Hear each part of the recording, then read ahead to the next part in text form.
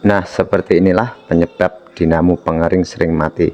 Penyebabnya ada di sini, di seal karet pengering mesin cucinya. Seal as pengeringnya rembes air seperti ini, airnya nyiprat kemana-mana, jadi menyebabkan dinamo pengeringnya mati karena konslet dan karatan seperti ini, dan harus diganti dengan yang baru. Ini seal pengering mesin cuci atau seal donat.